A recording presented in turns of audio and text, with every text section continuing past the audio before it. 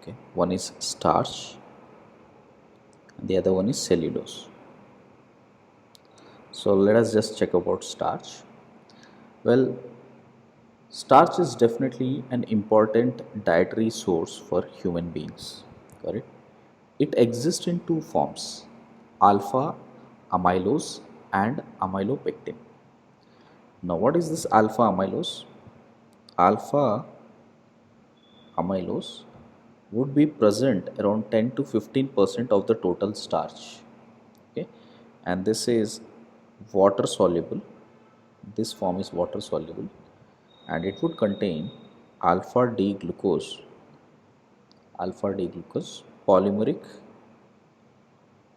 polymeric form with C1 and C4 glycosidic linkage. So check again, it is C1 C4 glycosidic linkage. So it is an alpha glycosidic linkage of D glucose. This is about alpha amylose, which means starch will have two parts. One part is amylose, the other part is amylopectin. It's called amylopectin. Okay, check this side and this side. Amylopectin almost present up to 80 to 90%. And this is water insoluble. So this part of the starch is water insoluble, right? It is going to be forming linear polymer same linear polymer as of alpha D glucose with C1 and C4 glycosidic linkage. So it means it is same as that of amylopectin, except it also branched with C1 and C6 cross linkages. So it would have a cross linkage at C1 and C6. That's the difference. So this would go straight, like it will go like this. This is how the polymer would be. While here, it would go straight here, correct? But somewhere in between, there would be a connection. Again, somewhere in between here, there would be some connection, correct? Somewhere here, if you going, there would be some connection like this. So this type of a cross linkage is established in amylopectin. Okay, and alpha amylose consists of unbranched chain, so it will be straight chain. Molecular formula varies from 10,000 towards uh, almost 10 lakhs here. So number of units, if you check out number of polymeric units, if you check out, it will go from 60 to 6,000. Okay, so depending upon which type of a starch it is, accordingly you will have so many different number of chains. If you check out amylose, right, its connection is between C1 alpha D glucose and C4 alpha D glucose. Check properly now. This is a C1 alpha D glucose, got it? So if at all I just had uh, alpha, when it comes to alpha, it means OH should be bottom here, and here also it should be down here, correct? The rest all the structure, if you check it out, this is the glucose structure, cyclic glucose, and it is alpha D glucose. With this carbon has carbon 1, and this would be carbon 4, and carbon 4 will also have OH here, right? So this will also have OH here, correct? Now the connection between these two is what has to be established, like this O and O, this kind of a connection. So if this connection, can you say this is just a replication of maltose? Because if you had a disaccharide only this much, that was maltose. So starch is nothing but an extension of glucose to maltose to polymer. And here if you check out, we have O connection this way, O here, and this O connection will keeps continuing right on both the sides like this. I hope you understood the structure of starch now, everyone. So same structure is repeated as the units here. right? So I'm not writing this OH, H and all of these cases, but just by checking the type of structure, you should be able to recognize that the connection is between C1 and C4. Again, it is C1, C4, C1, C4 and so on. So this is C1 and C4 glycosidic linkage which has been seen in amylose. Okay. Now what difference in amylopectin? Amylopectin will also have the same linear form. So there is no difference till this point. So which means this connection is still the same. C1, C4, C1, C4 is same. Okay. But if you see somewhere in the chain, somewhere in this linear change at some attachments, here also it is C1, C4. But if you see this is the sixth carbon, like if I number this here, this would be first carbon, third, fourth, fifth and sixth carbon. Similarly, this would be first, two, second, third, fourth, right? Fifth and sixth carbon would have been this one, CH2OH, and here also it has been OH and OH, correct? So instead of extending on this side here, suddenly it would become a part of a chain with some other straight chain here. Imagine a polymer, a straight linear polymer is going like this. This is also going. Somewhere here it will break and it will start making connection with sixth carbon. So this OH, if at all I remove this with CH2OH, what I have is this CH2OH, I have CH2 and an oxygen connection like this. Alright, so from here only directly I'll write. So from here an oxygen connection is been established. Right, so what is this connection now? This is C1 and this is C6, correct? So C1 C6 connection which is established here. So this is C1 and C6 glycosidic linkage. Now this type of a linkage is observed when it comes to amylopectin. Okay, so it will keep on continuing. Otherwise, it will just keep continuing as a polymer on both the ends, here also and here also. So this is the importance of starch. Let me repeat once again. Amylose is a straight chain between carbon 1 and carbon 4. Okay, no branches. Amylopectin is a straight chain, but some places there would be connection between C1 and C6. Because of these cross connections, it becomes insoluble in water. Okay, so it does not break into some mishal kind of a formation. Okay, is this clear? Now the second important polymer in our syllabus is cellulose. We know that cellulose is an important part of cell walls, and it is the most abundant organic biomolecule in the plant kingdom. Okay, so most of the stems, their entire plant cells, they are made up of cellulose. How does this connection come? You see here the connection is between beta D glucopyranose and that extending with the polymer with C1 and C4. Now first let me show again beta D glucose. On these two positions, if you check it out, OH on fourth is always down, H is up. If OH on the carbon 1, C1 carbon is up, then we call it as a beta D glucose. Now same beta D glucose I am writing here, OH and H, OH and H, OH and H, and OH and H. This is how it is, right? Now imagine this connection between these two, right? And it is continuing. So how does that connect now? So from here, if at all I just remove this OH, the connection will be like this. Correct? So this type of a connection which is established, and that would continue here. See that this way it will continue on this side, same way this side it will continue,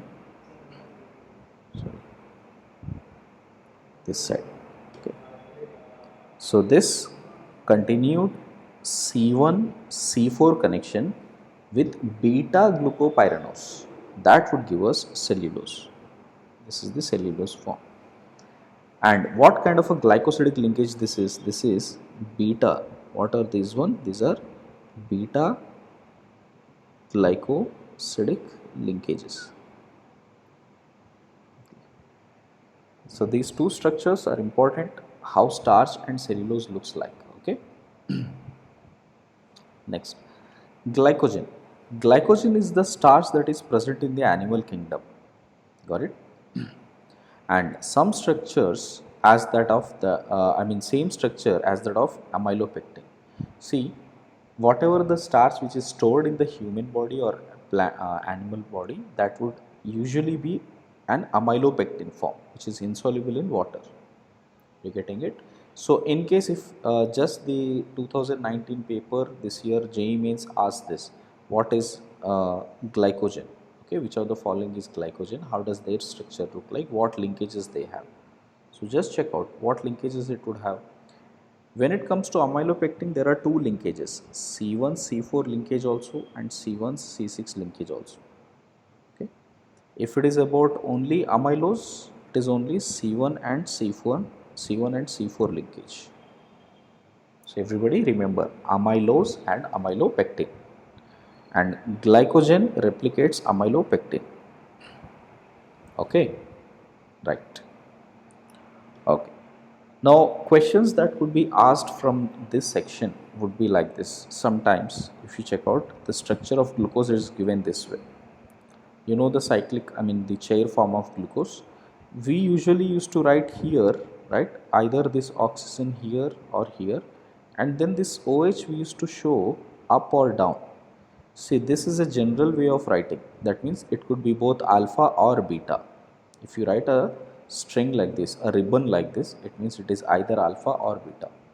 Now, if you take either alpha or beta and react that with dry HCl, just recall this mechanism. Suppose if we have hemiacetal OH and R, suppose this is how it is, sorry, OR. This is hemiacetal. When you react that with dry HCl, okay, lone pair on this would take away the proton and we would have this as OH2 plus and OR.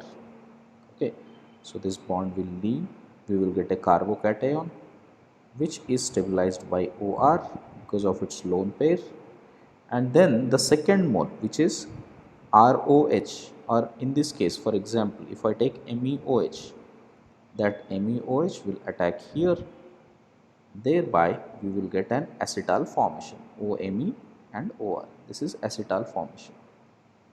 So I am just trying to recall you how the mechanism goes. From hemiacetal we get protonated, OH2 will leave, MEOH will attack. Usually the mechanism happens by SN1 kind because there is a lone pair that can support it. Okay, and that's how we will get acetal formation. Now see this. Can you observe the same thing happen? Same thing will happen if I react with methanol and dry HCl. That will go through SN1 mechanism only. So this OH2 will leave, OMe will come. Now, because it is a carbocation formation, imagine if you start with alpha or if you start with beta, does it matter? Because there is a probability to get both axial as well as equatorial. So you can see we can get this equatorial OMe ether or we can get an axial ether. So even though if you start with pure alpha or pure beta, it doesn't matter, the product you will have is always both of them. So what is this product now? This is a methyl group, correct? So we call it as dimethyl glycoside. Got it? Because you know till this part this is a glycosidic linkage, till this oxygen it is glycosidic linkage, which is acetal linkage. And on that we have a methyl group, so we call it as methyl glycoside. And if it is on the equatorial position, that would be beta. If it is coming down, remember the Haworth projections, vertically down means alpha, vertically up means beta. So this would be beta dimethyl glucoside and this will be alpha dimethyl glucoside. So these type of questions will be asked like what is the mechanism, What if I take alpha, what are the products? What if I take beta, what are the products? And what is the name of the product? So this has been already asked 2-3 times. In 2019 only it was asked 2 times. So check it out. Okay, important question. Next, other type of question is, in case if at all I have MEI, which means if in case if you have a lone pair here, that OH here, that will react with OH minus and it will extract the proton out, creates a nucleophilic oxygen O minus. O minus will attack on methyl, removing this I minus, right? Williamson synthesis. So same Williamson synthesis can take place, and H can be replaced and Me can come. Here the mechanism is driven by SN2. Got it? Here the mechanism is by SN2. Now that can be done either by MEI or MESO4 in base, or CH2N2 or MEI in Ag2O moist. We have seen all of these cases, right? Correct? This is not SN2, but rest all of these cases are, this is also SN2, but first protonation will happen, then O minus will attack. So if you can see, these are SN2 type of mechanisms, and if you take alpha, you will only get alpha. If you take beta, you will only get beta. Okay, and wherever there are oxygens, all of them will change to OMe. Okay, if you remember Zichel's method, we used to do this, the number of methoxy groups that are being occupied or number of methoxy groups that has to be removed. The same thing can be seen. So this will tell us if there are 1, 2, 3, 4, 5 hydroxy groups, 5 methyl will be replaced there. Okay. So check what kind of a questions will be asked here. Okay. Next. Right. When glucose reacts with CH3OH in the presence of concentrated H2SO4, I just told you that it would have alpha methyl glycosidic and beta methyl glycosidic, confirming the presence of pyranose ring. That means this reaction is also confirming that there is a ring structure available. Got it? Because it is making a glycosidic linkage. Glycosidic linkage can only come if it is in a cyclic form. Yes, that is clear?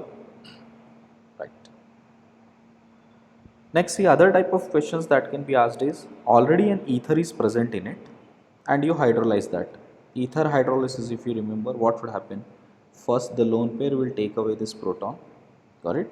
And you will get OH, this will be forming. I'm just writing here itself. This will form first, and this group will leave, this entire group will break, creating a carbocation, because lone pair can support here. So it will drive through SN1 mechanism only. So this phenol will come out, carbocation will form, right? And then by hydrolysis, water will attack on it. And since water is attacking here at this place, I might get alpha also, beta also. Okay. So I hope you understood the idea behind it. So you will see, you will get this form. I'll just write it as a ribbon because it could get anything, right? And pH OH will be formed here. Is this clear? Now, if we continue, because this is also in hemiacetal, correct? In case of hemiacetals, if you still continue to react with dilute HCl, remember aqueous HCl, hemiacetals are unstable. So they might again get back to the formation of glucose. Once glucose is formed here, okay, what I'm saying, once we have hemiacetal, in dilute HCl, it will form into this glucose. Now in this glucose, we can have this OH on the right hand side or the left hand side, which means I can get this OH on the left or OH on the right here. Got it? So do I get only glucose? I might get even mannose.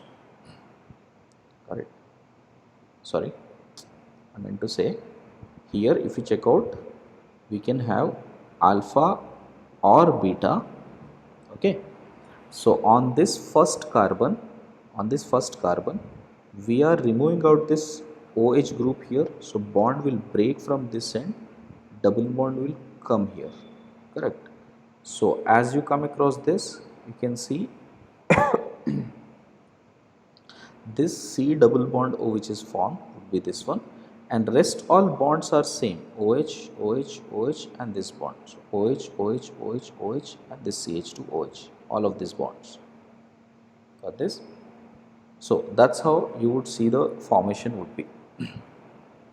I hope all of you understood that. Yeah. Now point is, on hydrolysis checkout it will go through an SN1 mechanism. That's all about carbohydrates. Okay. Now let us just see what do we have in syllabus about amino acids. Well, proteins are the polymers of amino acids. Okay. So this is the most abundant biomolecule in the living system. Got it? Proteins for we use proteins for growth and maintenance, and it is derived from the term protease, which means of prime importance. Okay, so all the polymers of amino acids, what we call it as the proteins. Right. Now, when it comes to amino acids, there could be many kind. Mostly, it is about alpha. So, if you check out COOH and NH2, got it? Here we can have some R and H like this. Okay. So, on this, if you check out with respect to COOH, this is the alpha carbon, and on the alpha carbon we have a amino group. So, that's why it is called alpha amino acids. Okay. So, we usually have alpha amino acids in general. Okay. Now, if the structure is this way, we have NH2 here, C, COOH, this would be beta amino acid. Okay, beta amino acid. But all the proteins which we will be learning are always alpha amino acids. Got it? So we don't have to worry about beta amino acids. Totally, we have 20 different alpha amino acids, and combination of all those 20 different alpha amino acids will give us different forms of proteins. Okay, and what is observed, all the naturally occurring alpha amino acids are L amino acids. What does that mean? See, if you check out, we have NH2 here, okay, and R here, COOH here, and H here. Suppose if you check out this structure here, how does this look like? By priority, if you look, this is 1, right, and this is 2, this is 3, and this is 4. Okay, so you can see this is moving anti-clockwise. Anti-clockwise with horizontal having the least means it is R configured. So it is an R configured. Got it? If it is a single chiral center, it will be dextro rotation. Suppose if you have NH2 here, H here, COOH here, and R here, okay, then this would be S configured. Got it? So we will take this as the basis again. Suppose if I take CH3 here, that would be the smallest amino acid which you can imagine of. Okay. In fact, there is one more smallest, which is this one. Got it? This is also an alpha amino acid, which is also a part of protein chain, but it is not chiral center. If you check out with respect to chiral center, CH3, this is the smallest one, right? And all naturally occurring form are the derivatives of this. Now there would be some extension of this, increasing carbon chains, just like how we did for Fischer-Kilani extension of glyceraldehydes. Here also, if you keep on extending here, just keeping that this NH2 will always be on the left hand side, then we call this as the L family. Okay, this would be L family, and these all would be D family. These are D family amino acids. Now, all the naturally occurring amino acids are found to be L family or L amino acids, which means this kind. So, where NH2 we write it on the left hand side. I hope all of you understood that. Okay, right. Now, what are the different classification of amino acids? Let us see that. When it comes to amino acids, first we decide on the basis of number of NH2 and COH groups. If you have same number of NH2 and same number of COH groups, got it? So I'll write this as equal sign. Okay, number of NH2 groups and number of COH groups are same in the chain, then we call them as neutral amino acids. But if number of NH2 groups and number of COH groups, if you check out, in which COH is more, we call it as acidic amino acids. If NH2 is more, we call it as basic amino acids. So this is the first and simple classification we must know. Okay, right? Like I said, the general way of writing amino acids is either this, that is COOH, NH2, R or H, or just to show the extension of the bonds, we usually use this as more familiar one, COOH, NH2, R and H. Okay, so this is the general representation of alpha amino acid. Okay, everyone remember this, how we generally represent alpha amino acids. Okay, now let's see, like I said, there are 20 amino acids on total, correct? So we will discuss all of them. Now obviously it is very difficult for you to remember right away what are all the amino acids. Okay, only 3-4 as of now you remember. As you go over the time for JEE means, I will tell you how to remember one by one. Okay, as of now the important ones I would suggest you to remember them. Okay. Check. First, within the amino acids, there are two types of classifications. One is essential amino acids, one is non-essential amino acids. Okay. See, there are certain proteins which are, formed within our body. Got it? Because based on our living system, okay, there are certain proteins which are helping us automatically, which are generated in our body, which will be helpful for growth and maintenance. Those amino acids are called non-essential amino acids. Okay, produced in the body. They are all produced in our body. But amino acids which we cannot produce and we can only get them from the external source, that is from the food which we eat, those are called essential amino acids. Okay, asterisk mark wherever I use, which means those are essential, and if I am not using asterisk marks, which means they are produced within our body, those are non-essential. Correct? So that is the second classification. First is based upon the number of NH2 and COH group. Second classification is whether it is essential or non-essential. Okay, like glycine and alanine are non-essential. Next, proteins. To learn the proteins, we have to give the codes to every protein name. So the code of protein would be a three-letter abbreviation here. Okay, 3-alphabet abbreviation like glycine, GLY. Okay, so this is the one which we'll be using for protein synthesis as well as the way to write. Okay. Okay, now let us see that. First we'll check out all the neutral amino acids, starting with H. If you check out, like I told you, this is the general form of writing here, that is NH2, R, H and COOH. If this R is replaced by H, then the amino acid is called glycine, and you know that glycine is the only non-chiral center amino acid. Got it? No chiral center. No chiral center on glycine. Next, alanine, which means if I replace this R with CH3, it will become alanine. Okay, and it has only one NH2 and one COH, so which means it is a neutral amino acid. Okay, and the abbreviation we'll be using is ALA. Next, what is this one? This is isopropyl group, correct? So instead of this R, if we have isopropyl group, that is valine, VAL, valine. Okay, same way, if you have isobutyl group here, correct, then that is leucine, LEU. We write it as LEU, leucine. If it is secondary butyl from this carbon, if it is connected from secondary, it is called isoleucine, ILE, LEU and ILE. Okay, all of you with me, just check it out. The way I would remember this neutral amino acid is Gavli. Okay.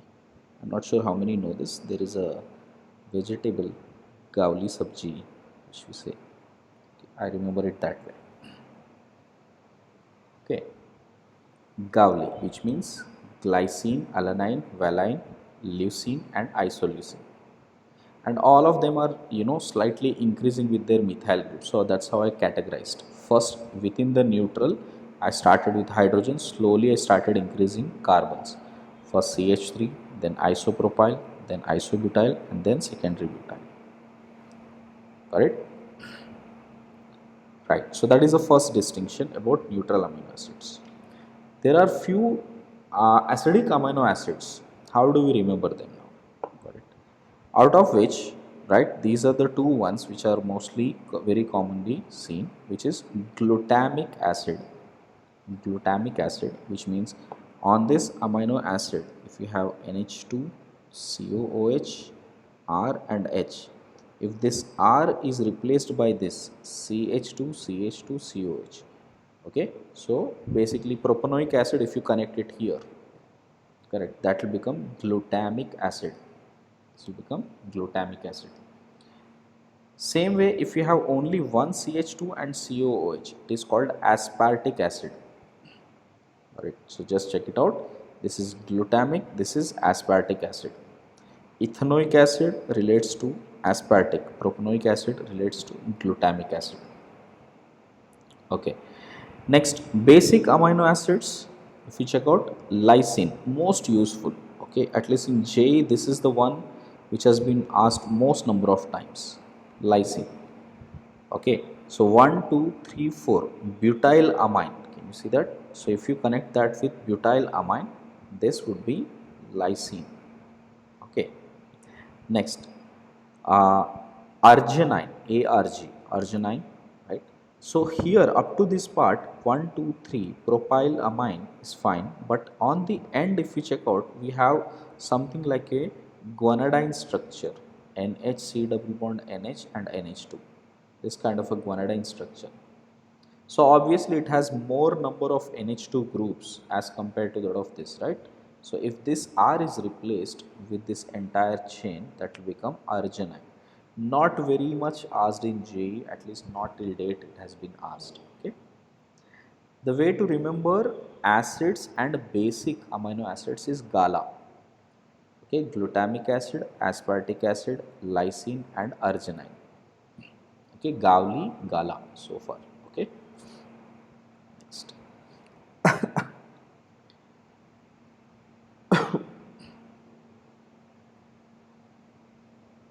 Right. Now, next, same, I think I have written it again. Check it out.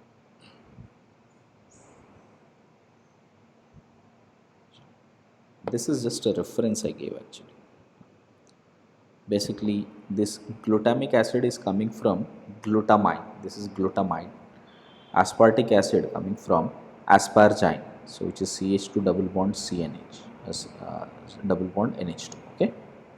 Anyways, that has nothing to do here, right? So, we'll come across that. Check out. Next, we have seen that if we had CH3, we called it as alanine. And again, I'm coming back to the neutral ones. Okay, neutral amino acids. Suppose if the same CH2, one of the hydrogen is replaced with phenyl. So this will become phenylalanine. Okay, it's easy now. If you remember alanine, phenylalanine is also very easy to remember. Okay, so remove one hydrogen, replace that with phenyl. So that will become phenylalanine. Okay. Next, amino acids in which OH group is present. There are certain amino acids where OH will be present. Suppose same thing on this alanine, remove hydrogen with OH, that will become serine. Okay, serine is also asked once or twice. So remember that will become serine. Okay. Next, in case if you have the same, instead of that hydrogen, we have CH3 with OH present here. This is thronine, 3HR, THR, thronine. And same thing if at all I have with phenyl here, and at the end if I write OH, that is tyrosine. Right. So SCR, SIR, THR and TYR, tyrosine. Got it? So out of these three, see how the questions will be asked. Questions will be asked like which of the following will have a hydroxy group. That's all. They will not be asking you specifically the structure. At least till date in IIT, they haven't asked exactly what is the structure of a particular amino acid, but they have asked whether it is an hydroxyl group, whether it is an thiol group, whether it is an basic amino or acidic amino, like that. Okay. Right. So I would remember this three as like this. Sir, please throw the ball. Sorry, please throw the tire. Okay. Very weird way of remembering, but that is one. Sir, throw tire. So basically, this is serine, throw, and tire, and which means all of these are hydroxyl groups, hydroxyl amino acids. So I hope you guys can remember that. Next, there are few groups which will have sulfur in it, okay, and this is the second most asked, amino acid so far in GE. First one lysine, right? The other one is cysteine. This last year also it has been asked, 2017 also it has been asked. So check out, this is a good question. So CH2SH, instead of that alanine, same thing in alanine, remove that hydrogen with SH. Okay. If you have OH, it was serine. If it is SH, it is cysteine. And if it has CH2, CH2, SCH3, this is methanion. Okay, so this would be methionine, and we write it as MET, met. Got it?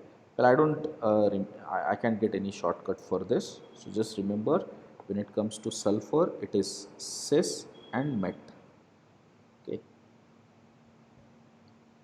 this would be of sulfur atom. Next, this, if you check it out, a cyclic form. Now I'm only taking the cyclic forms. Got it? Now I'm only taking cyclic forms. In cyclic forms, right? If you check out here, this cyclic form is the only one which has secondary amine, right? This is the only one which has secondary amine, secondary alpha amine. This is an alpha amine and it is secondary position. Rest all were primary amines only, right? So that way you can remember that this is an exception. Out of all 20, only one of them is secondary, which is proline. Okay. Next, if we have this form, what is this one? I hope you guys can remember this. If you check it out, this is quinolone, right? This is quinoline, quinoline, right? Sorry, quinoline. So on quinoline, if you have CH2, then COOH and NH2, that will become tryptophan. Okay, tryptophan is very much useful in medicines, correct? And last one is histidine. Okay, 2018 it was asked, 2016 it was asked. So in cyclic, if you ask me which is the most important, that is histidine, HIS, his. Okay. So I would remember it this way: a professional trip to Hisar. Okay. So where pro is for proline, this is for tryptine, HIS, his is for histidine. Okay. Got it. So far I got this Gavli, okay, Gala, okay, Sir, throw, tire, and last one, right, professional trip to Hisar. Okay, these are the ones. Got it. So remember these ones at least. Out of this, most important one I have already marked. Okay, histidine, cysteine, got it. Serine, serine is little bit okay. Lysine, very very important. And first two, glycine and alanine. Okay, glycine and alanine. So this much please write down and practice. Okay, how does the structure look like? The entire table of 20 is given in NCERT. Right? Out of this, apply some techniques to remember these whatever I have marked. Okay. Right. Few important points here. If you check out, all amino acids except glycine are optically active. Right.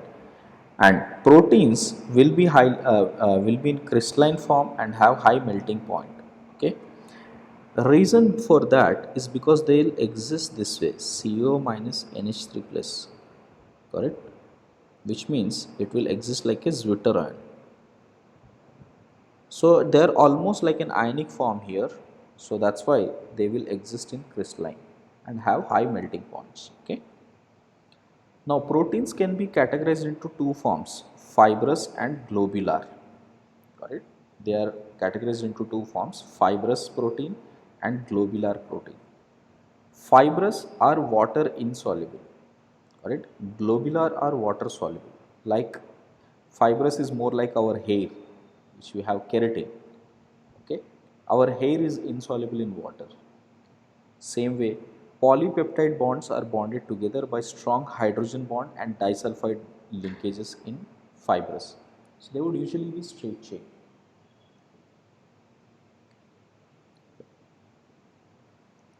So they would usually be straight chain, got it, and they would have disulfide linkages and hydrogen bondings. Okay, so they would be straight like this. Globular, globular will have globular are usually water soluble. Okay, like egg whites, which will have albumin, right? So that is water soluble. Insulin, okay, insulin is also an protein which is taken for sugar patients. Correct. So those are globular in nature. This basic information you must know what is fibrous and what is globular. Okay. Now the structure of proteins can be categorized into four parts.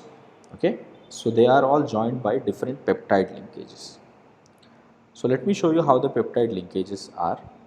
First, if you check out, this is an alpha amino acid. This is, it may be the same or different amino acids. Here this OH bond and this H will come out, will condense to give H2O here, and there would be an amide linkage formed.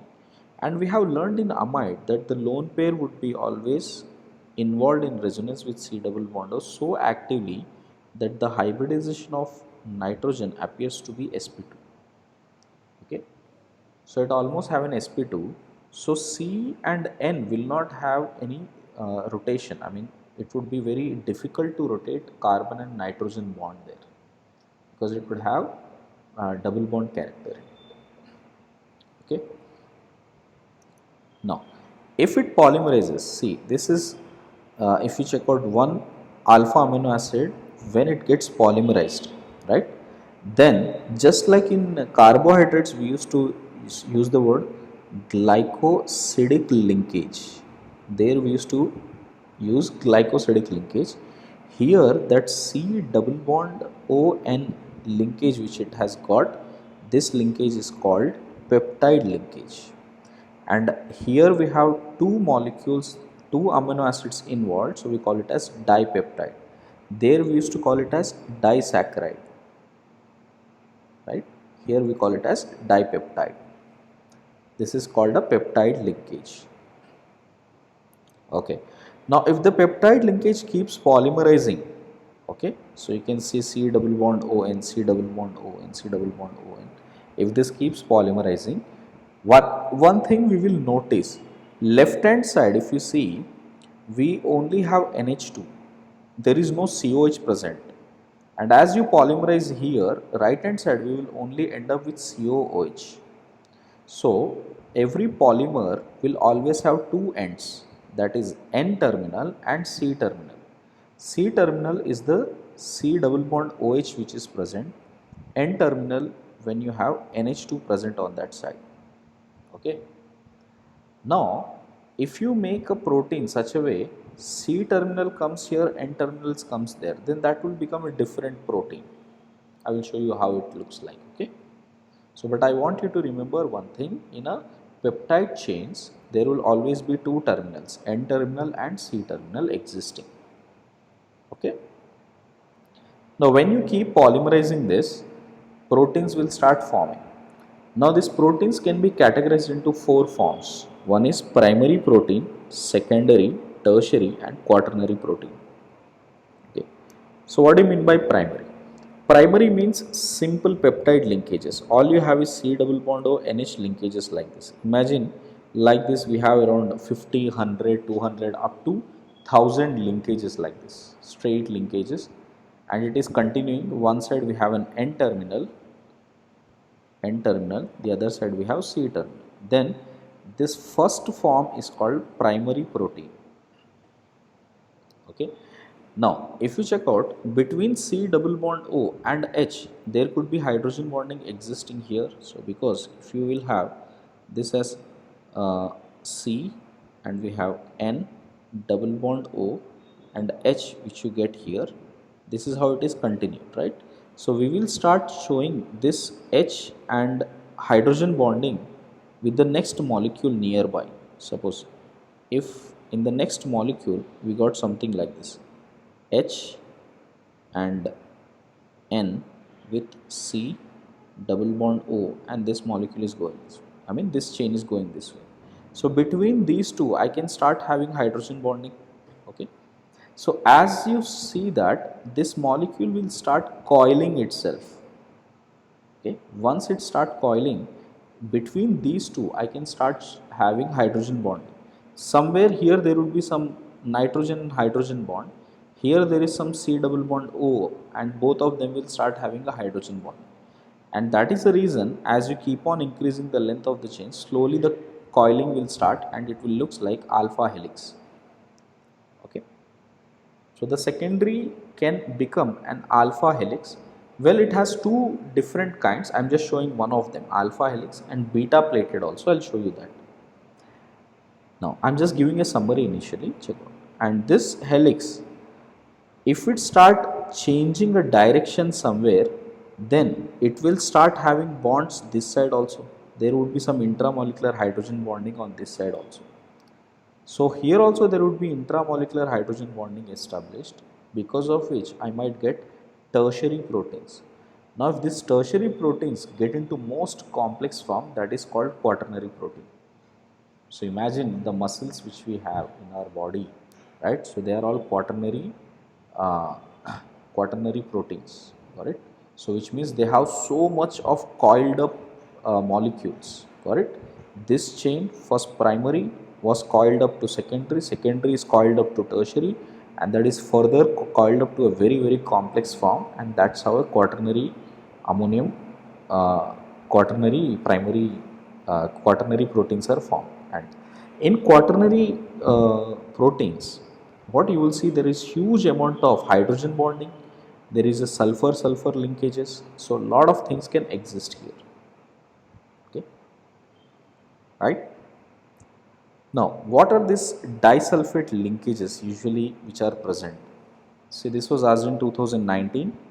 Suppose if at all I take 2 moles of cysteine, got it, and in case if at all we oxidize here, so basically if at all I remove this hydrogen and hydrogen, there could be linkage of S and S, got it. So this formation, this is called cysteine. Okay, check out the spelling, cysteine is changing to cysteine. So when you have S and S linkages, we call it as cysteine or disulfate linkage. These are called disulfate linkage, disulfide linkages. Okay. So we normally observe that as you come towards tertiary and quaternary, slowly cysteine type of linkages are seen, which is disulfate linkages are also observed. Okay. Let me show you some of the one example here. If you take the human insulin, this is the entire gene code of human insulin. This is how the code of insulin looks like. Okay, glycine, isoleucine, valine, glutaric acid, this. If you keep on continuing like this, total we have how many? 21 plus 50. Okay, we will have 50 amino acids. Okay, usually we call a protein only when you have around 10,000 amino acids present, 10,000 units. Got it? You can see this is a very smallest of that. correct? Right. So we usually call, you know, I mean, this is the exceptional one. Insulin is the smallest of the proteins, correct? Because it has only 50 amino acids in it. So this is the entire code, how it looks like. Yeah. Now this side is an N terminal and here there is an C terminal. But if you see, this entire thing was connected by 21, but it got connected to the next 30 using this cis-cis bonds. Here also we have cis-cis bond, here also we have cis-cis bond, which means this type of a bonding is observed. Cysteine bond is observed. Have you guys understood that? Yeah. That's how the lengthening of, this primary proteins will become more and more complex. See, first, this is a primary chain. Understand this. From here to here, this is a primary protein chain. This is also a primary protein chain. If it start becoming, because of these bonds, if it start becoming slowly helix, that will become secondary. If this one helix with the next molecule of helix, they will interact, that will become tertiary. Okay, that's how it is formed. See, in the alpha helix, you can observe here how it looks like. Okay, C double bond O NH. This NH can make a hydrogen bonding with the C double bond O here as it wounds towards this side. From here, you can see from here it is going this way. So C double bond O here and H, they may have a hydrogen bonding here. NH and C double bond O here may have hydrogen bonding. Because of this hydrogen bonding only, instead of staying it as linear, now it has started becoming helix. Okay. Right. Now, if you check out the other way of forming, right, is it the only way of forming, secondary proteins? Not necessary. This way is also a secondary protein, which means this is called beta plated sheets. It is going to form sheet like structure. You know that C double bond O and N, this all will stay on one plane here with hydrogen, correct? So this plane, on this plane, again if at all there is an, check out here, C double bond O N here, and next carbon, these are all on the same plane. Again here this is a new plane, check out carefully, this is a new plane, this is a new plane, again this is a new plane, like this the planes can get added like asbestos sheets. Okay, so imagine this zigzag way of sheets forming, and this sheet might somewhere change its direction to have a hydrogen bonding here. That way it is going to form a sheet like structure. These are called beta plated sheets. Okay, so in beta plated sheets, within between two sheets there would be an hydrogen bonding existing. Okay, I guess that is clear. So they will extend as much as they can and then they start having hydrogen bonding. So when it comes to secondary protein, we will have alpha helix form, we can have beta pleated sheets, correct? So like this, you can see this is what I took it from internet. Alpha helix, this is how alpha helix will look like. These are the beta plated sheets. This is how the sheets will be. These alpha helix and beta helix, beta plated sheets, both can be combined. When both will combine, we might start getting a big polypeptide, single polypeptide, and that would be the tertiary protein. Okay, that is the tertiary protein which you have. So if you see the tertiary protein, right, tertiary protein will have lot of foldings like this. Okay, so it will have lot of foldings mainly because of this disulfide linkages. They have a lot of foldings and mainly because of disulfide linkages. From tertiary, correct? And in the tertiary part, if you check out, there would be some kind of a molecule or an atom or an ion. With respect to that, most of this wounding will happen. Most of this folding will happen. For instance, if you take the heme, okay, which is present in hemoglobin, with respect to this iron, you can see lot of them have been wounded towards that. So this is called this unit, okay, unit center.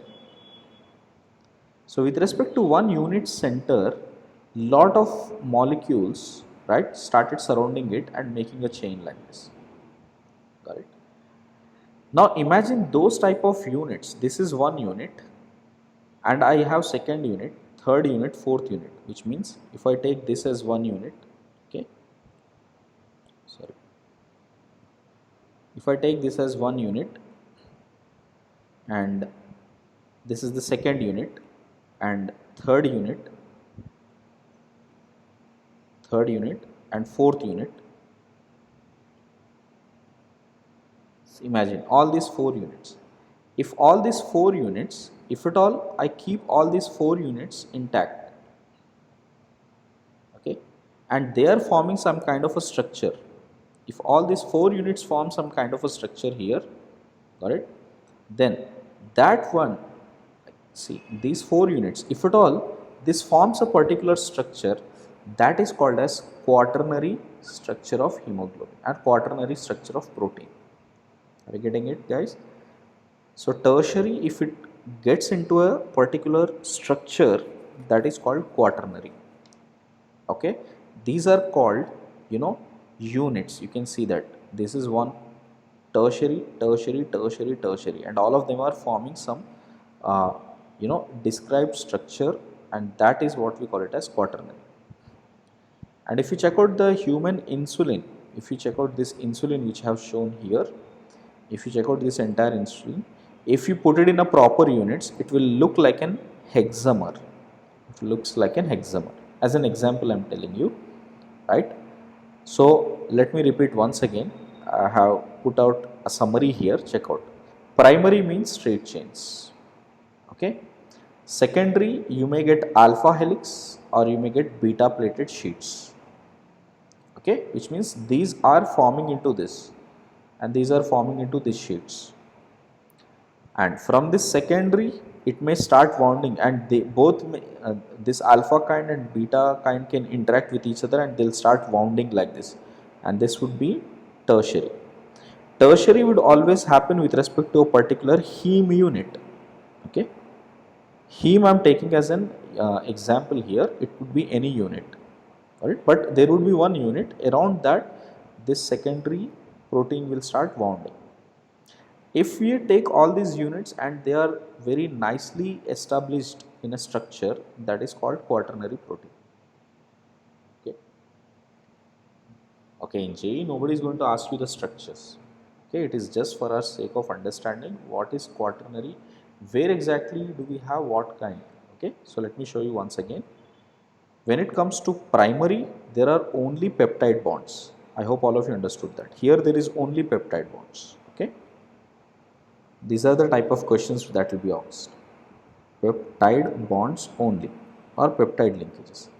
Here we started having hydrogen bonding. Peptide bonds will anyway there, plus we have hydrogen bonding. Okay. Here we have peptide bonds, hydrogen bond, intramolecular, van der Waal interactions, as well as sulfide bonds, SS bonds. Sulfide linkages are also being observed in tertiary. Quaternary, all of them will have, and it will form a nice structure. I guess all of you got an idea now, right? So that is about the classification of proteins in terms of primary, secondary, tertiary, and quaternary kind. Okay.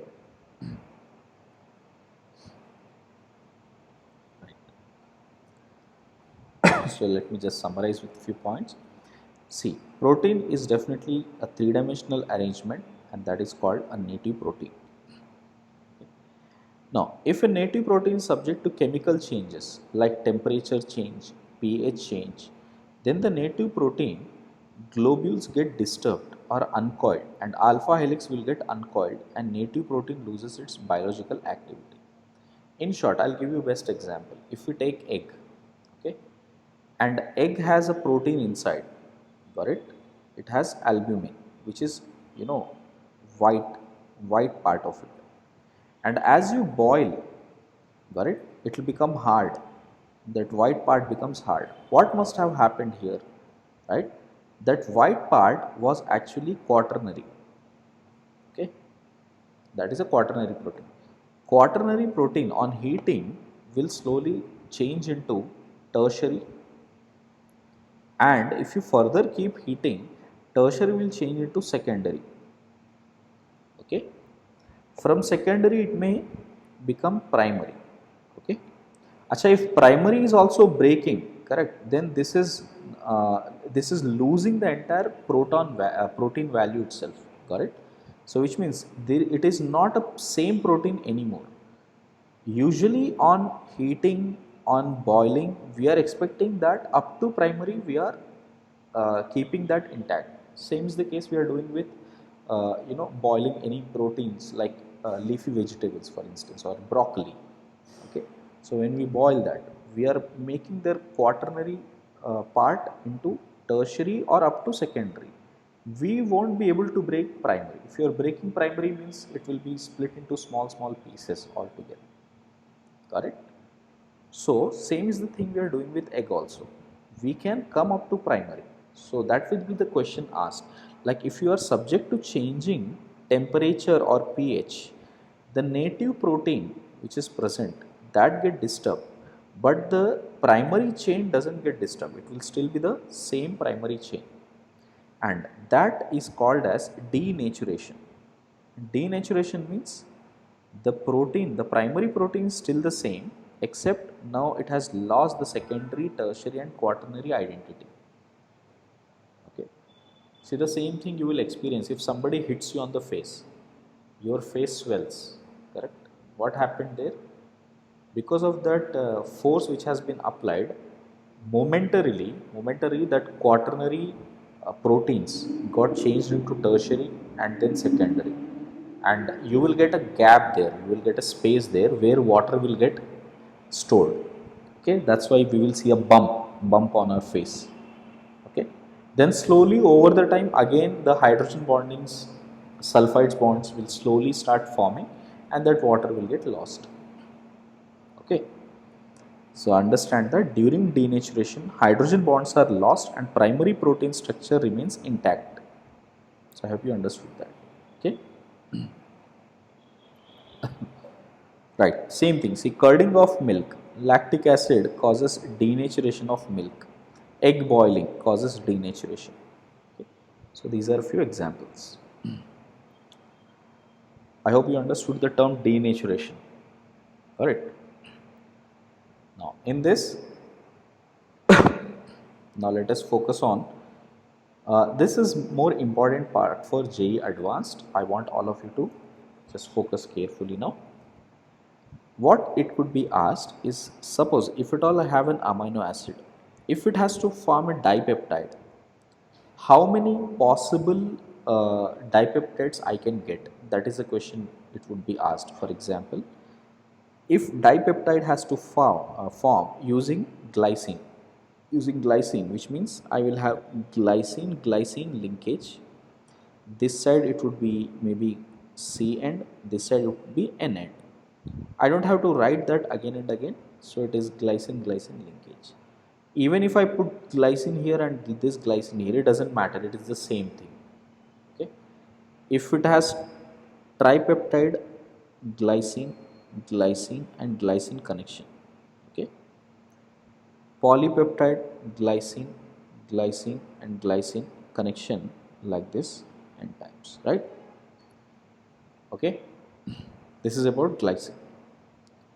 Next, if you have glycine and alanine, then how many combinations I can have, right?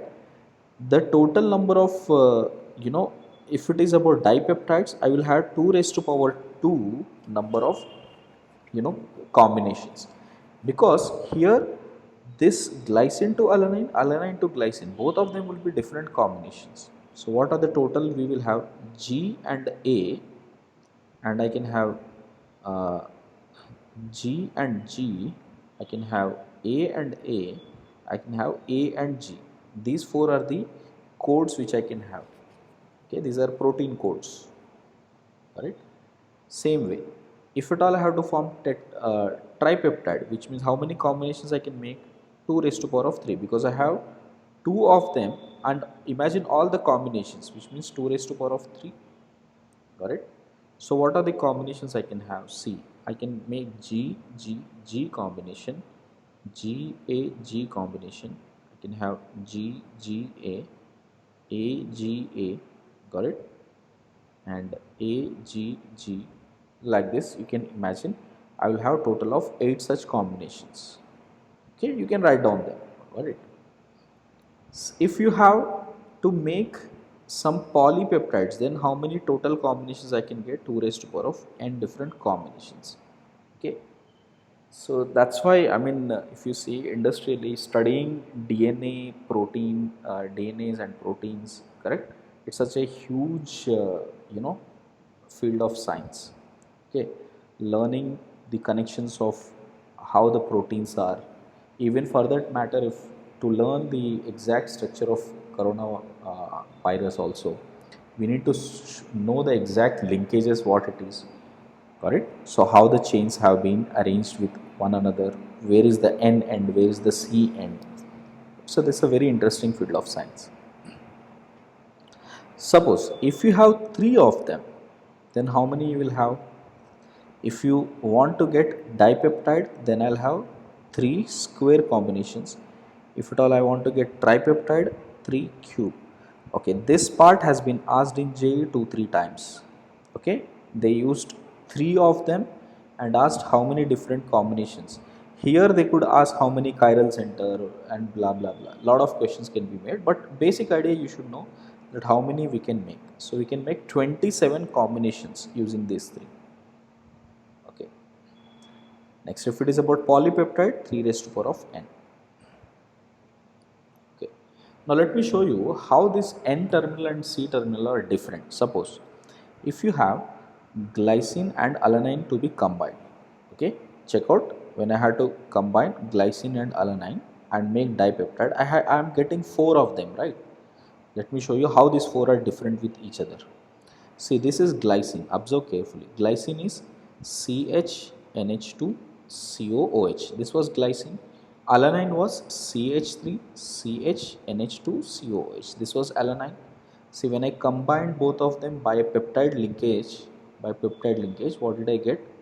I would got this combination.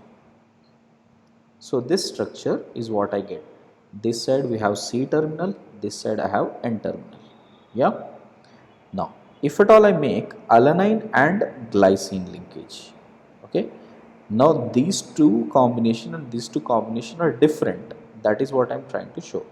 Here now you see N side we will have NH2 CH3H C double bond O NH. Now you see this NH used to had this. Now this NH had CH2COH. So both of them are completely different. Okay. So now on the carbon end, on the nitrogen end, if you check out this structure and this structure is completely different. So that's why this will form a different dipeptide. This combination will form a different dipeptide. So all the permutations you have to take while making the total number of dipeptides or tripeptides. I think all of you understood that. Just remember the formula first. And just now you have learned the probability, so I don't have to explain you so much about it. Okay. Right. Now, combination, how the amino acid is, how it is existing like a zwitterion, and how this zwitterion becomes very essential to understand and separate the proteins. This is what are important areas. Suppose when it comes to an amino acid, alpha amino acid, put this as alpha amino acid. Usually when you add water, it would always have this dipolar existence, correct? So which means it will have CO minus NH3 plus form, okay? And amino acids are all water soluble because of strong hydrogen bonding, okay? And they will have a high melting point. So anybody has doubts? Keep on.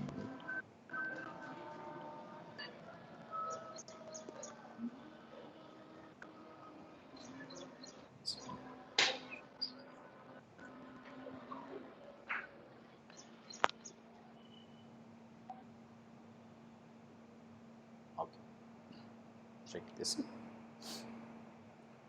So all amino acids are water soluble. They have high melting point and They are crystalline in nature, we have learned that. Suppose if at all I keep this aqueous solution, be with me, focus everyone. Suppose if I take this aqueous solution and keep it at low pH, which means acidic, I am adding it to a dilute acetic acid, let's say. Okay. So on adding that, this basic part which is present, CO minus, will bound to take this proton from the solution and becomes this. Now what has this become? It has become a cationic part of the amino acid. This has become cationic part of amino acid. Now imagine if this aqueous solution which I am taking, right? So this entire aqueous solution which we have taken. So in this aqueous solution, right? So in this aqueous solution, suppose at low pH we found that there is a cationic part existing in the solution. So if at all I conduct electricity, where does that amino acid go? If you check out the amino acid, on which side it will go? Because it is a cation, it will show its movement towards cathode. So it will start moving towards cathode. So I can say that at low pH, the amino acid will move towards cathode. Why it is moving towards cathode? Because it is getting a positive charge on it. Okay, I guess we understood that. Now similarly, imagine if I take that aqueous solution of the protein and keep it at high pH, means alkaline medium. If I keep it at alkaline medium, from the solution OH minus will bound to take this H plus. So what will you get now? We will have an anionic form of the amino acid. This time we will have an anionic form. So if at all I take the aqueous solution of the same, correct? So if I take the aqueous solution, and in that aqueous solution, if the amino acid is being kept at high pH, where would that amino acid move now? That amino acid will move towards anode because it has negative charge on it. Okay. So which means depending upon the pH, the amino acid could either move onto the positive terminal or onto the negative terminal, or towards the cathode or towards anode. Okay, I hope all of you understood that point. Yeah. What if I get some pH where the movement of this ion is completely stopped? Okay, so a point where either, because they are in equilibrium, we may have some amount of this anion, we may have some amount of this cation. Right? So if I get a particular point, a particular pH where this concentration, cationic concentration and the anionic concentration is same, then the net movement of the solution is 0. Everybody got that? Correct? So the point or the pH where the cationic part and the anionic part is same, that is called isoelectronic point. Okay, everybody understood that? So the pH value where the amino acid exists as a dipolar ion, most of them is going to be as a dipolar ion like this. Okay, when it exists mostly in this form, whatever this form and this form are forming are exactly equal, which means net movement of cation and anion is 0. Okay, so our entire idea now is to find out what is the isoelectronic point of a given protein or a given amino acid. Okay, so pH at which the movement of amino acid stops towards any electrode is called the isoelectronic point. So the next idea is to calculate isoelectronic point. You have already learned about isoelectronic point in ionic equilibrium as a part of, this amphiprotic salts, right? So this is an amphiprotic salt. If you remember, to calculate the pH of the amphiprotic salt, you may have used this formula pKa1 plus pKa2 by 2, right? Which means if I take bicarbonate salt, add it to water and I'm asking what is the pH of the solution, you would do this, right? Similarly, here also it is quite similar to that. Let us see how it is happening. So here what's happening, to calculate the isoelectronic point, which I call it as PI, okay, we'll be using the term PI, isoelectronic point. Always start with low pH. Imagine at low pH. So at lowest of the pH, we will have the cationic form, correct? So we will have NH3 plus COH. So this is the cationic form. Now from low pH, if you coming towards dipolar, which means if this is a low pH, it is like HA and it is giving an acid, okay, sorry, H2A plus, and it is giving an acid HA plus H plus, right? This is how you will have, and it would have an acidic dissociation constant Ka. So if at all I write a Ka for this reaction, what do you, for this equilibrium, what would that be? That will be dipolar ion concentration multiplied by H plus concentration divided by cation concentration. I hope all of you agree with this, and I will call it as Ka1.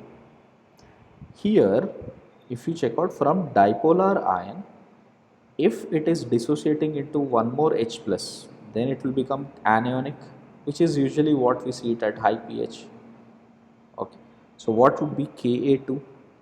Ka2 would be dipolar, sorry, will be anion concentration into H plus divided by dipolar ion concentration.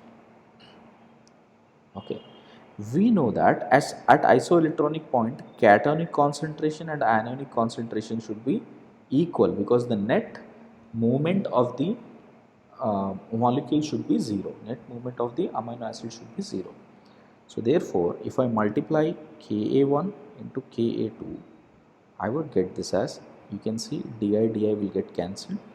I will have this as anion concentration into H plus whole square divided by cation concentration. And since anion and cation concentrations are same, okay, now I think I have written it here, so yeah, right? So what do I get here now? I will get this as Ka1 into Ka2 is equal to H plus whole square, or pH is equal to pKa1 plus pKa2 by 2, right? Now one similar type of question you have done in uh, ionic equilibrium, that suppose if you have this one Na2HPO4 and this has been added to aqueous solution. Now if at all you have been asked what is the pH, what you will do? You will take pKa2 plus pKa3 by 2, correct? Just recall this formulas, correct? The same thing, if you have more number of protic hydrogens, then you have to check out the average of last two pKa values, correct? Why that has to be taken, we'll check out that once again here. Okay. Let me just give you the data as per NCERT, whatever the data that is given. Suppose if it is about glycine, glycines, both pK values will be given to you. Here this is pK1, pK1 value is 2.3 given. I mean, this value will be always given to you, so don't worry about it. And this pK2 value is given as 9.6. Now you are asked what is the isoelectronic point. So what do? We'll simply take the average, 9.6 plus 2.3 by 2, so which is approximately 6. Got it? I'm just putting approximate value. Next, alanine.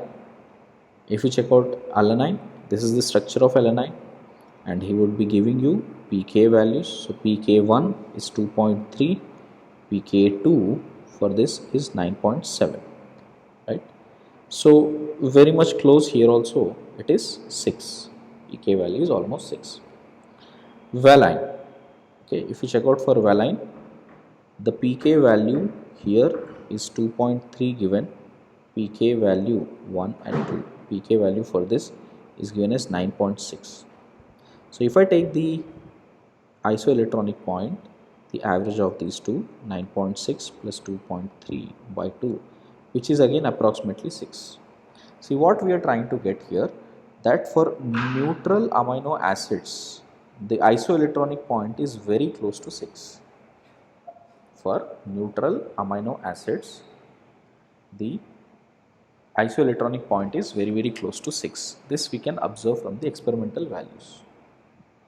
Okay. Now suppose if the question is given basic amino acid, right? Instead of giving acidic amino, instead of giving neutral, if at all basic amino acid is given, which means it would have two other NH2, two NH2 groups and one COH group, correct? And here, if you write it in the acidic form, right? If you write it in the acidic form, it would be COOH.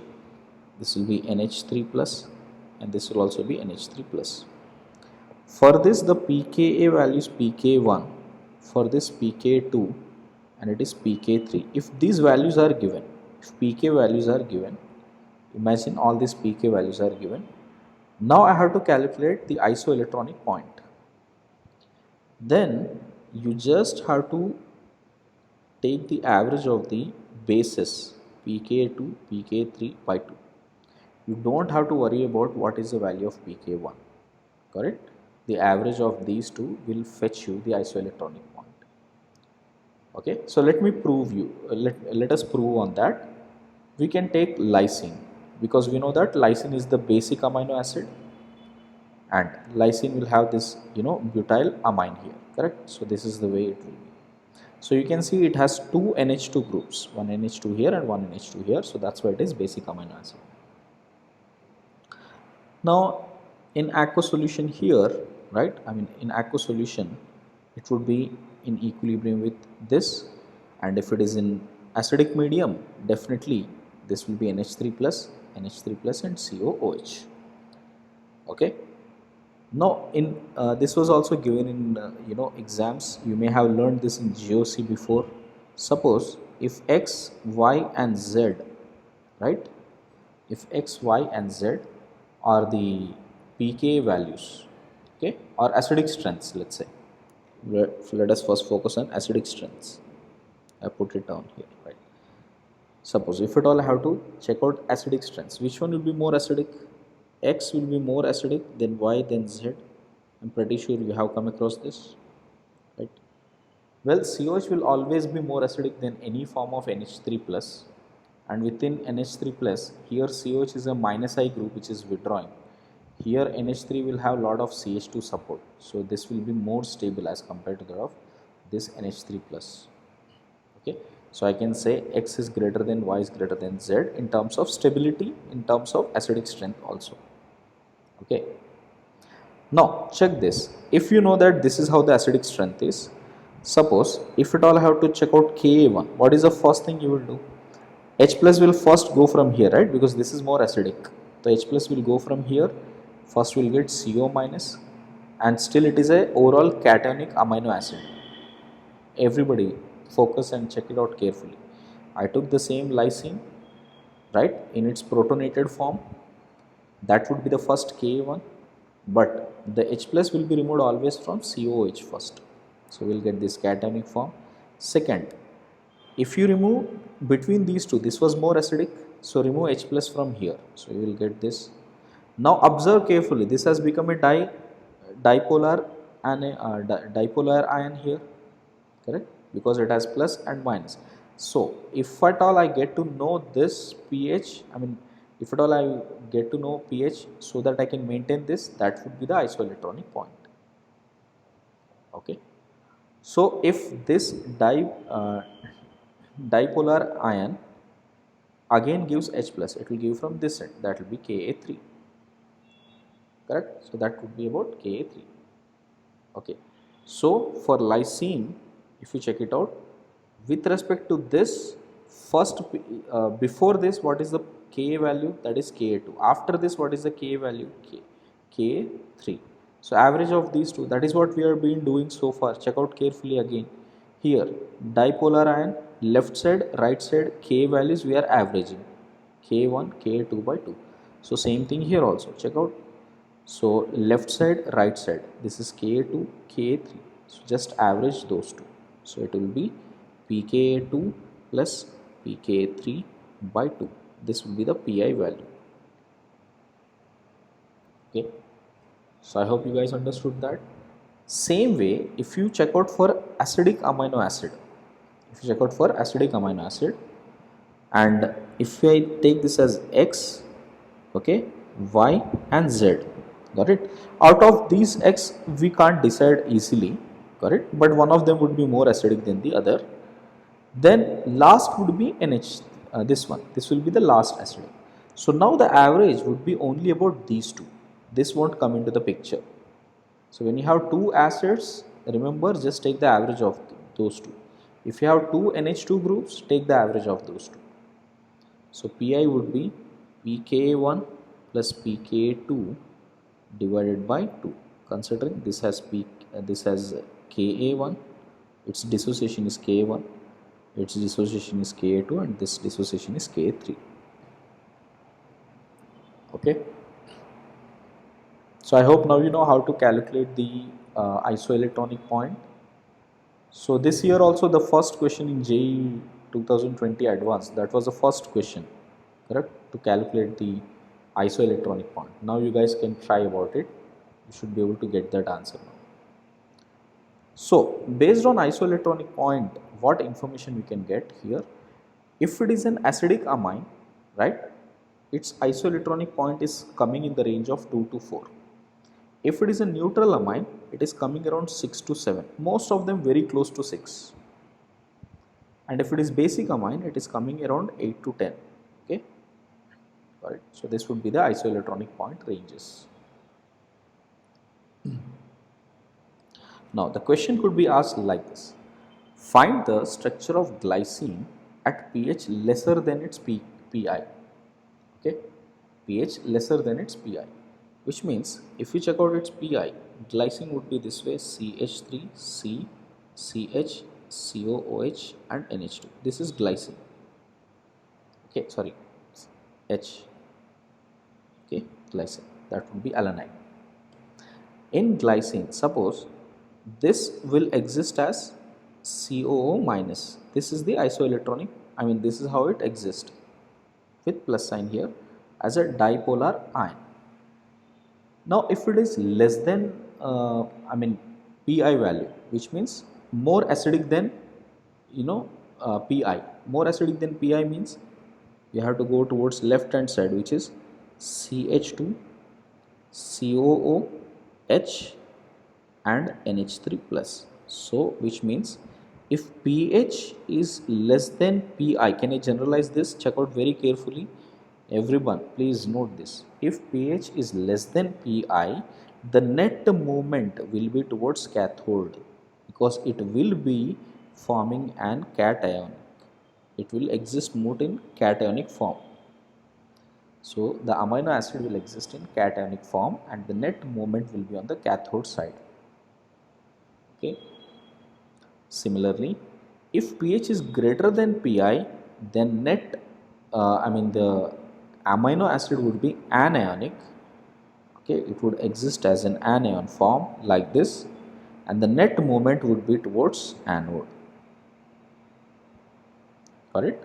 And if the pH is equal to Pi, then it would exist like a dipolar ion only, and the net movement will be 0. Okay. So this was a question which was asked in JEE once, like how will we separate alanine, arginine and aspartic acid by electrophoresis? Got it? So their Pi values are given. Pi is 6, Pi is 10.8, Pi is 3. Okay. So you can see this is a neutral amino acid, this is a basic amino acid, this is an acidic amino acid. Now suppose if at all I keep pH 5, which is less than alanine's pH, Pi, if at all I keep pH less than 5 here, how does alanine exist? Alanine will exist as a cation. We just learned that less than Pi will exist as cation, because pH now I am maintaining is less than its Pi. Okay. Arginine is 10.8, That is also, if at all I put pH is equal to 5, this is also pH 5 is less than 10.8. So which means it will also exist like a cation, because its pH is also less than its Pi value. And if the pH is 5, aspartic acid pH is less. So which means this will exist as an anion, and pH here is more than that of Pi. So because aspartic acid is an anion, so it will have a movement towards anode. You can see it will have movement towards anode, while these two ions will have movement towards cathode. Okay, out of these two, correct, one will have more movement. Got it? Because if you see arginine was a basic amine, so that will get protonated much faster, so this will have faster movement. So arginine will have faster movement, alanine will have relatively slow movement. I hope you guys got that. Right, so this area is very important for JEE Advanced. Okay, so right from here I want all of you to check carefully from here. Yeah, amino acids, how to find out the number of cases, how to write the code. Right, next, what is Witter ion, how does the movement goes to cathode or anode, what is isoelectronic point, their calculations, right, and finally how do we separate them. So learn this part very carefully, right? This is the most important area.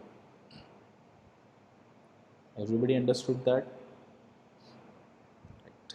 Now, check. This is the last part, which is the test of carbohydrates. Suppose if we have to check out, whether there is a presence of carbohydrate or not, what do? We can do iodine test, and but for that is very much limited to starch only. Okay, so if we take starch, add iodine solution, what would happen? It will convert into blue black coloration. Okay, so basically what happens, the amylose part which is present in starch, that will wound this iodine, so that will encapsulate this iodine inside. Okay, so you can see amylose exists in that complex helical structure. So when iodine is added, it enters into that complex structure of amylose, giving a black coloration, blue black coloration.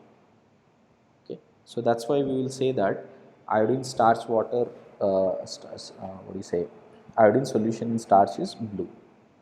Okay. Next, this is the main test for carbohydrates, known as Molish test. Molish test is not given by triose and tetraose, but anything which is pentaose or hexaose, they all will give this test. Let us see what happens here. See, first we will take alpha naphthol with sugar. Okay, so if everybody remembers alpha naphthol, so we'll take this alpha naphthol with the carbohydrate which we want to detect. So take this solution, alpha naphthol and sugar solution, then slowly add concentrated H2SO4 from the walls of this test tube. On adding with the walls of the test tube, we will see a brown color ring is forming, as the sugar and alpha naphthol gets in contact. Over the time, concentrated H2SO4 will settle down, sugar and alpha naphthol will come up, and you will see slowly the purple ring is forming here. And that confirms that what we have added with alpha naphthol is a sugar. Okay. So di or polysaccharides, okay, first gets converted into pentose and hexoses. So in case if there is a di or polysaccharides, for example, if you take maltose, lactose, sucrose, any of those forms if you take, first they will convert into either pentoses or hexoses. These are all monosaccharides. They will convert into the monosaccharide form of this. And these monosaccharide forms will undergo dehydration because you are adding concentrated H2SO4. It will undergo dehydration and give furfurals. If it is pentoses, if you have pentose, it will give furfural. And if it is a hexose, then it will give 5-hydroxymethyl furfural. So you will see furfural with CH2OH here. If you remember, furfural we used to use in Cannizzaro reaction. This will give Cannizzaro reaction as well. So methanol here on this position, and this would be furfural. So either we will get only furfural or hydroxymethyl furfural with hexose, right? So these are the ones, correct? So these are the ones which will be giving that purple ring. Okay, so the test is done by taking this mixture into test tube, adding on the sides of the test tube. Okay, I hope all of you understood that. Don't worry, how the overall reaction is simple. Here sugar alpha naphthol with concentrated H2L is giving the different forms of furfural which appears purple ring color. Okay. Next part is the separation of amino acids. So if you want to separate amino acids, how we can do? Generally it is either done by chromatography, or we can precipitate that at isoelectronic point because their movement is restricted. Now we can precipitate them, and we can do electrophoresis. Got it? See, electrophoresis is nothing but movement of cations and anions in the in the solution where two electrodes are present. You have learned this in surface chemistry, if you can recall what is electrophoresis. So what we do, we'll take amino acid, which is almost like a lyophilic salt, and that is placed in between two electrodes. Okay, and we take a gel as the solvent. When electrical field is applied, right, at a particular pH, amino acid will move towards any of the electrodes we want. Got it? And usually what we do here, after electrophoresis, once you get amino acid settled down on one of the electrode plates, to check whether the amino acid has been reduced there or it has been moved towards that electrode or not, we use ninhydrin. Ninhydrin is sprayed over the plate, right? So to identify whether amino acid is present or not. You know the structure of ninhydrin? This is the hydrate of ninhydrin. Hydrate of ninhydrin, right? So we take hydrate of ninhydrin, react that with amino acid, correct? So this N get captured and will give a violet color. Again, we will not get into the mechanism for this. This is out of the syllabus. We just need to know one thing, that ninhydrate is used as a detection for amino acid. That's all we need to know. Okay, for that only I am giving you this information. So ninhydrate is used for detecting the amino acids. Any form of amino acids, this nitrogen will get stuck here in 2 moles of ninhydrate and gives violet coloration. That confirms the presence of amino acid on that plate. Okay. Right. So these are two slightly out of syllabus, but I would suggest just go through them once. What is Molish test and what is ninhydrin test. Okay. Now see, what are the type of questions that could be asked from amino acids from reactions point of view. Usually for the formation of amino acids, you might be asked how the amino acids are formed. If you take phthalimide, you know phthalimide?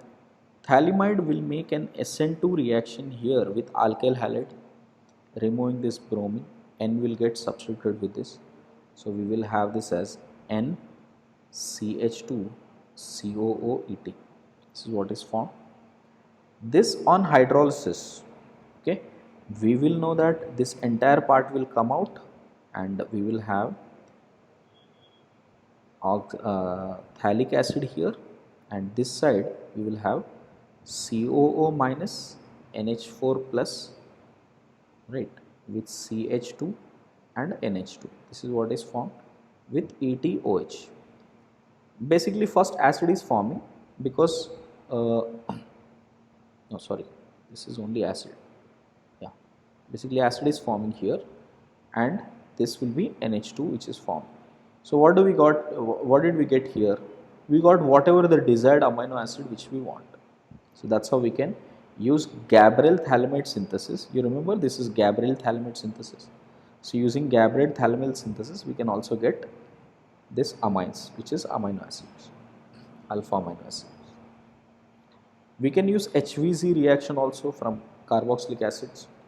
CH3COH react with Br2, we will get alpha bromo substitution, then react with NH3. So with NH3, because here there is an acid, here also we can go for SN2 mechanism. So we can get NH2 here, as well as salt and acid and base reaction can happen here, NH4 plus. That again, if you hydrolyze it, you will get this as CH2 NH2 with COOH, okay, plus NH4 plus. This is what you will get. So what do we got here? We also again got alpha amino acid. So HVZ reaction can also be used for alpha amino acid. Okay. Another synthesis is Strecker's synthesis. Strecker's synthesis is we take aldehyde, react with NH3. We know what is the reaction. Double bond O. If you react that with H2NH, we will get imines. We will get C double bond O NH.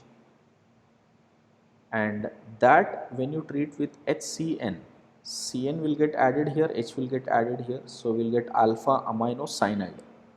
Correct? So let me show the mechanism here. So when you treat these two, we will get RCH double bond NH, right? And the lone pair here will fetch away this proton, Cn minus will come on to carbon.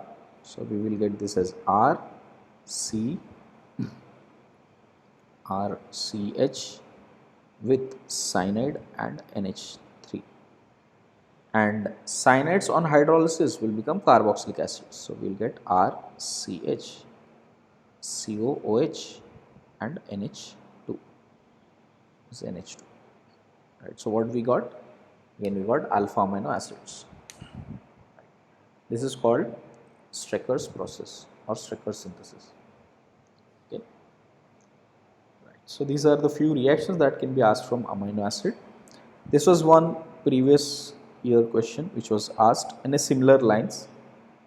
NH2 with a chiral center, it was asked, this is the alpha amino acid. When you treat with HNO2, what do we get?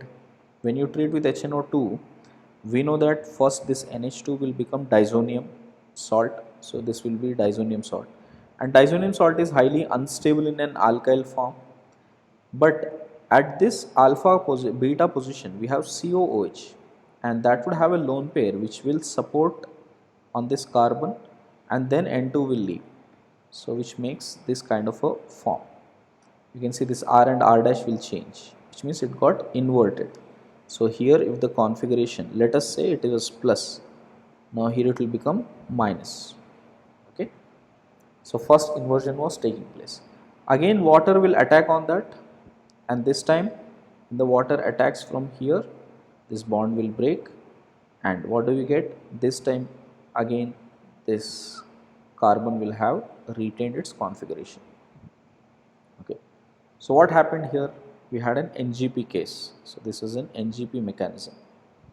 So through NGP, we saw that COH was supporting it, N2 left, and again it retained back its aromaticity, returned back its configuration. So which is this NH2 has lost, OH has come on to that. Suppose all of you understood that here, right? So this is the cases which you need to learn from this chapter. Okay.